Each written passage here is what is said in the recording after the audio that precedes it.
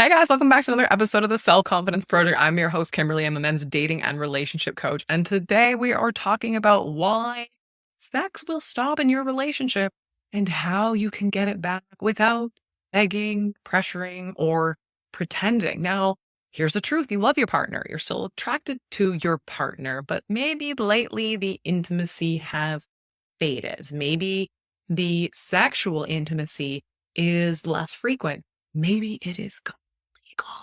And you are left wondering, why did this happen? How did this happen? How do we get here? Now, in this video, I'm going to break down why sex will really stop in long-term relationships. And more importantly, I'm going to share with you how to get spark back without begging, without pretending, without pressuring your partner. Now, before I dive in, if you are new to this channel, welcome aboard. We talk all things life, dating, and relationship.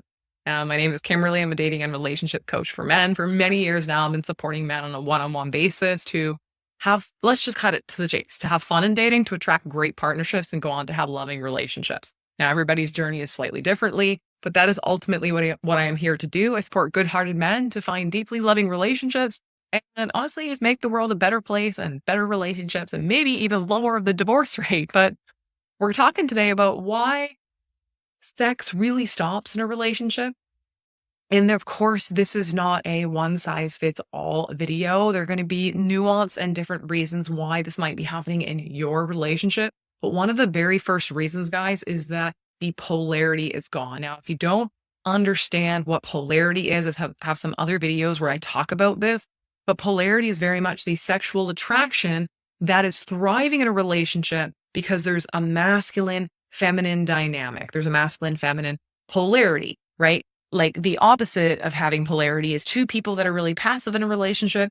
And the opposite of polarity would be two people that are trying to lead and fighting each other for the leadership role in the relationship. Not a lot of sexual attraction in those two dynamics. So what happens is over time, a lot of partners become very equal in energy. They're both thinking about their to-do list. They're both in the same kind of mindset. They're both in decision fatigue in their relationships. They're both in this emotional sameness all the time. And you become partners in logistics, not lovers. So this is one of the reasons why sex will go away in a relationship, because you're kind of too same with your partner. Now, another reason why sex is going to fade in your relationship is because resentment has been building. Now, this doesn't mean that this resentment is known. Sometimes it can be unspoken, but if there's unresolved emotional tension in your relationship, you had a big ass argument that you just never really repaired from, or a big incident that you just never really dealt with, and you both swept it under the rug thinking it was going to go away, and it started eating away at both of you. Well, this is unresolved emotional tension, and it wedges two people apart. So it creates this emotional distance. Now, maybe one or both of you is feeling really unseen in the relationship. Maybe you're feeling super unappreciated and she's feeling really emotionally disconnected. And that kills desires, like weed killer for your relationships, right? Or resentment, as you know, can be very silent and very cumulative. It's like death by 1,000 cuts, right? So this can be another reason why there isn't really a lot of sex and desire in your relationship, because you kind of secretly are annoyed with one another and you haven't dealt with some stuff that really bothered you. Now, the third reason why sex is just going to poof, disappear like Houdini in your relationship is because if a woman does not feel emotionally safe or seen, right? Emotional connection equals sexual openness. So if she doesn't feel seen, she doesn't feel emotionally safe, she doesn't feel understood, and you stop being present with this woman, or you've disconnected emotionally, desire dries up like a well. So a woman, and I talk about this almost in all my content, a woman needs to feel safe with a man, physically, emotionally, maybe spiritually, in order for her femininity and desire and playfulness to come out, and therefore the sexual escapades that you're really desiring and wanting, because a lot of men feel validated through that physical touch, but women feel validated through the emotional touch, which will lead to the physical. So it's how do you get into the cycle with one another? So the reason why sex is going to be gone in your relationship is because a woman just doesn't feel seen anymore. She doesn't feel emotionally safe. Maybe that's happened because you didn't repair a big conflict that created some resentment, and it's wedging the two of you apart from one another. Now, of course, life, stress, also overpowers libido in both men and women. Kids, nasty little kids, right? Or just the stress of having kids. Usually the lowest level of satisfaction in a relationship is after the first child is born. There's stress, there's changing routines, there's focus on other things. You go very, very quickly to the very first point I made. Polarity is gone because energetically you're both in the to-do list for the kid or whatever it might be.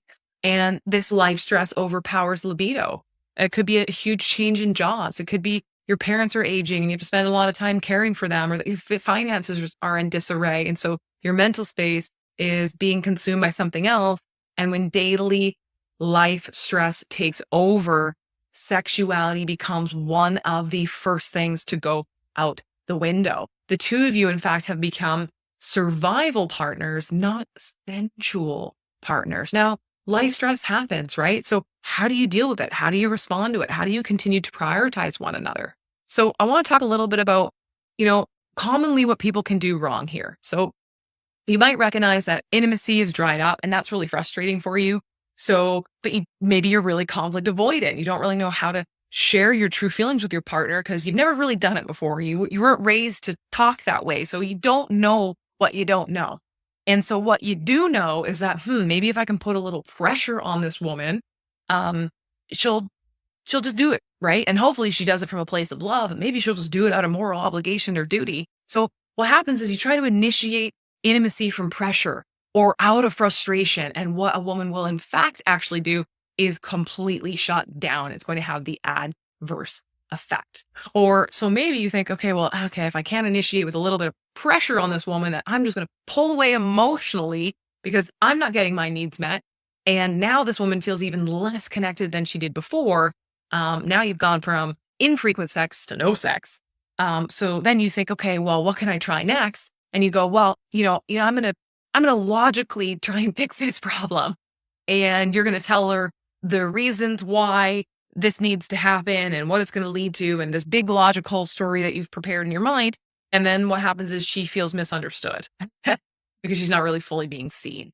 And so then you go, well, I literally don't know what to do. I've tried everything. I've tried initiating from pressure. I've tried pulling away. I've tried to fix the problems. So now I'm just going to stop initiating entirely. And then the gap widens between the two of you, and you're not getting what you want in the relationship. Neither of you are. So if you push too hard or you give up completely, neither approach gets you back into that beautiful polarity and that nice dynamic that you probably had a little more effortlessly in the beginning of the relationship. And this is common, guys. You're not alone with this.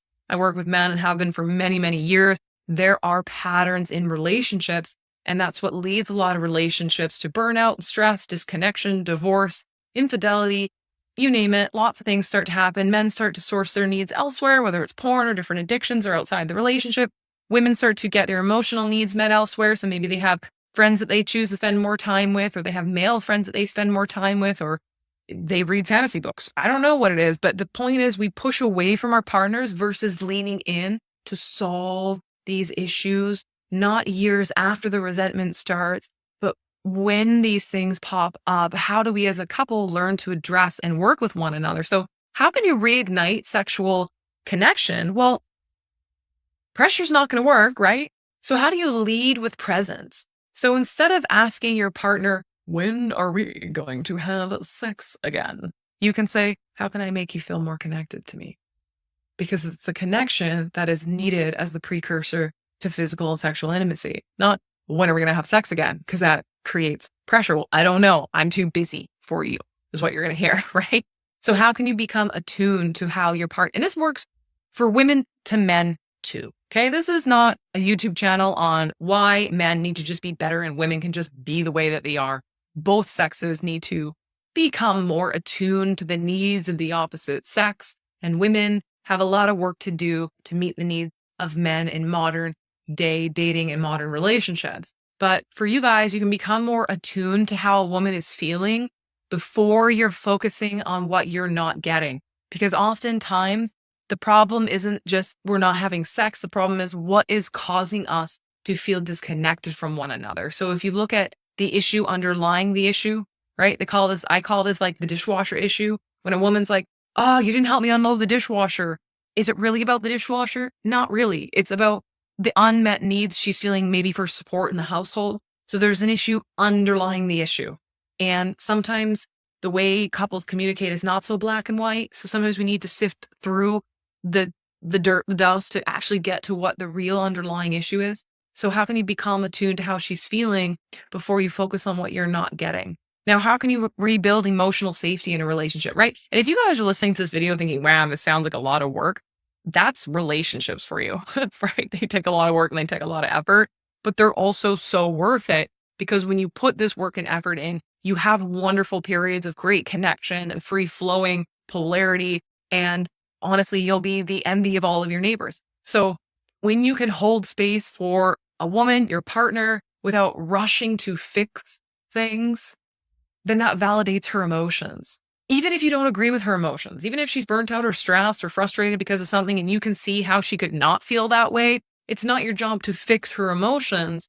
It's just your job as her husband, her partner, to validate that that is her experience, even if you don't agree. I can see how you would feel that way. That sounds really tough and really frustrating. And yes, in the back of your mind, you can be like, I don't agree with that. I'm not asking you to be overly agreeable, quite the opposite. But emotional safety and composure, super helpful, right? So if you create this appreciation for who your partner is and what they're feeling, that creates more safety, that leads to more openness, and more openness will lead to the intimacy that ultimately you want to have. But this comes from a genuine place. Now, how can you reclaim this polarity? Because this is so important. Take the lead again in your relationship. Plan something really exciting for her. Initiate something different in that relationship without expectation from her. Drop that roommate vibe. Touch her outside of the bedroom without it meaning anything, without it being every time I hug you, I'm expecting sex, or every time I hold your hand, I'm expecting kissing, or there's no expectation. It's just creating that physical closeness and loving vibe without it always having to mean something bigger. Show that edge that you have as a man, because that polarity equals energy, add a little tension in there, you start to reclaim that polarity in your relationship. Now, this also allows you guys to bring that playfulness that gets lost in relationships, that flirtatious, that joking with each other, that being a little bit goofy or unpredictable, because seduction is not always just about sex. It's about being alive in your relationship. What is the last thing you did with your partner that made you fucking alive? Because if it's been a while, it's been a while, right? But think about the beginning of a relationship, the first few months, maybe even the first year. Man, I think about the first year of my relationship. We did so much cool stuff all the time. We felt so alive and on top of the world. And then cancer and pandemics and moving houses and adopting dogs and fertility and everything can get in the way. How do you bring that playfulness, fun, and polarity back to your relationship? Now, what's also really important is how can you two talk about sex without all of the shame? This is tough because many couples will stop talking about sex altogether because it's awkward and it's tough. And I wasn't raised to talk about sex and it's crude. And I grew up in a house maybe that was religious and there's so much shame and guilt about talking about sex and pleasure. And it seems super taboo still. So let's just not talk about it and hope it goes well. And then it doesn't go well. And now I'm burnt out and resentful. We'll talk about it because couples that talk about sex have more sex and they have better sex. And that's a quote from the Gottman Institute. So you can say to your partner, I miss feeling really close to you. What would help us feel more connected again? She'll tell you what she needs to feel connected and vice freaking versa. What do you need to feel more connected, right? So it goes both ways because sex doesn't just stop in a relationship because you don't feel attracted to your partner, right? You can be really attracted to them, but it stops when disconnection seeps in and resentment is ever present and routine takes over your life. But the good news is you can lead this repair, not by demanding or forcing sex, but by becoming the kind of partner who reignites desire, polarity, and that emotional connection. So ask yourself, what did we or I do in the beginning of the relationship? And do some more of that to rebuild your sexual connection. Guys, I hope this video was helpful. Drop your comments below. How have you experienced this? What are the ebbs and flows that you've gone through? And what has got you back and connected to your partner again after a period? that was maybe a little stressful, or where the sexual polarity just fizzled out like a birthday candle. I'd love to hear your thoughts and comments, guys, and look forward to another video next week. Ciao.